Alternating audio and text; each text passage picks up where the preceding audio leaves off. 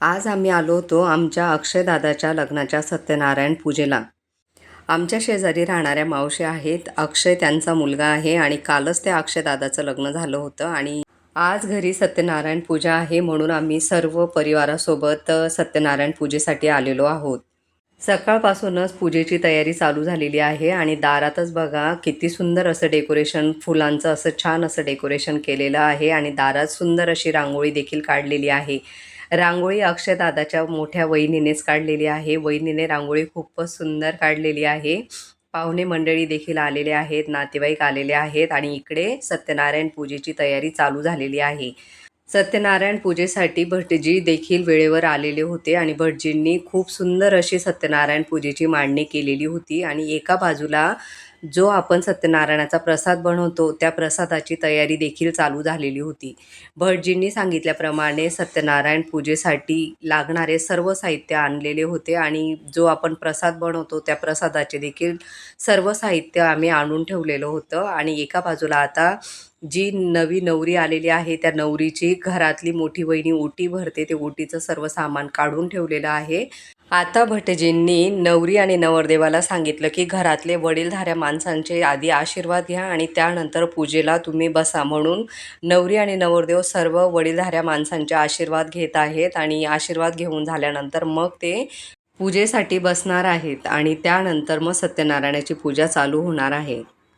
सर्व पाहुणे मंडळी आलेले होते, नातेवाईक आलेले होते आणि सर्व पाहुणे मंडळींचे, मोठ्यांचे, वडीलधाऱ्यांचे आशीर्वाद घेऊन झाल्यानंतर आता नवरी आणि नवरदेव आधी भटजीने सांगितल्याप्रमाणे आधी उंबरठ्याची पूजा नव्या नवरीच्या हाताने करून घेणार होते, म्हणून नव्या नवरीला आधी हळदी कुंकूचे अक्षताचे ताट दिले आणि नव्या नवरीला उंबरठ्याची पूजा करायला सांगितली.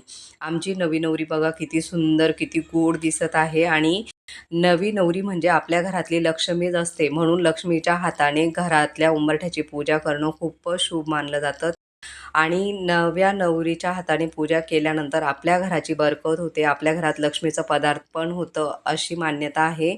म्हणून भटजींनी सांगितल्याप्रमाणे आता आमच्या नवरीने उंबरठ्याची पूजा केलेली आहे आणि उंबरठ्याच्या बाहेर हळदी कुंकू अक्षता लावून पूजा करून झाल्यानंतर उंबरठ्याच्या बाहेर दोन्ही बाजूला दिवे लावलेले आहेत आणि दिवे लावून झाल्यानंतर मग आमची नवरी आणि नवरदेव घराच्या आतमध्ये आलेले आहेत.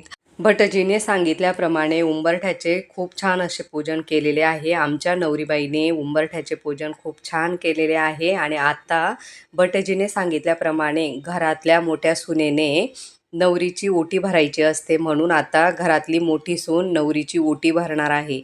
आता अक्षयची मोठी वहिनी आलेली आहे आणि मोठ्या वहिनीने आता नवरीची साडी चोळी नारळाने ओटी भरलेली आहे आणि ओटी भरून झाल्यानंतर मग नवीन जोडपं आता सत्यनारायणाच्या पूजेसाठी बसणार आहे. भटजीने सांगितल्याप्रमाणे नव्या नवरीची ओटी ज्या पद्धतीने भरायची असते त्या पद्धतीने मोठ्या वहिनीने आता नवरीची ओटी भरलेली आहे आणि आता पूजेला सुरुवात झालेली आहे.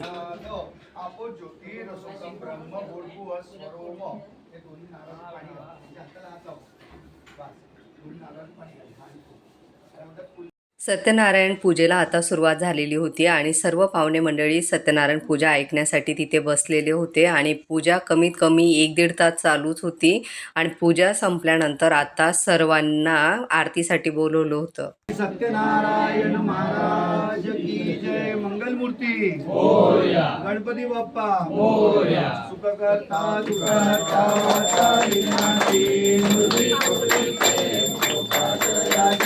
सर्वांगी सुंदर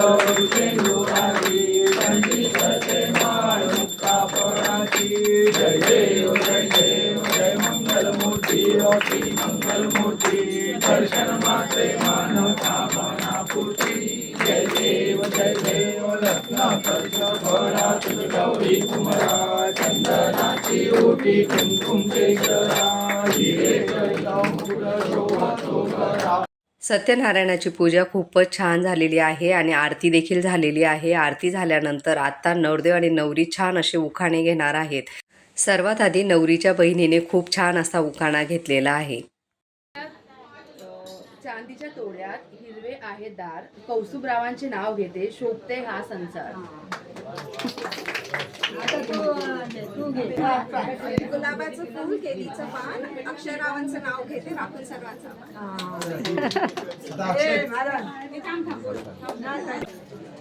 अशोकवनात रामानी लावली केळी, अक्षताचं नाव घेतो सत्यनारायणाच्या वेळी. आमच्या गोड सुंदर अशा नवरीने खूप सुंदर असा उखाणा घेतलेला आहे आणि आमच्या अक्षय दादाने देखील खूप छान असा उखाणा घेतलेला आहे. आणि पूजा झाल्यानंतर उखाणे घेऊन झाल्यानंतर नवरीच्या गळ्यामध्ये जे मंगळसूत्र घातलेलं होतं ते लग्नाच्या वेळेस उलटं घातलेलं असतं आणि आता भटेजींनी सांगितलं की तुम्ही त्याला हळदी कुंकू लावून आता सरळ घालू शकतात, म्हणून आता अक्षयने ते मंगळसूत्र नवरीच्या गळ्यामध्ये सरळ घातलेलं आहे आणि आता आमची नवरी बघा किती सुंदर दिसत आहे. अक्षयच्या लग्नाची सत्यनारायण पूजा खूपच छान झाली होती आणि सत्यनारायण पूजा संपल्यानंतर आलेल्या सर्व पाहुणे मंडळींना प्रसाद म्हणून शिरा आणि पंचामृत वाटण्यात आले होते. सत्यनारायण पूजेसाठी आलेल्या सर्व पाहुणे मंडळी, मित्र मैत्रिणी आणि शेजारी पाजाऱ्यांसाठी भोजनाचाही प्रसाद ठेवलेला होता.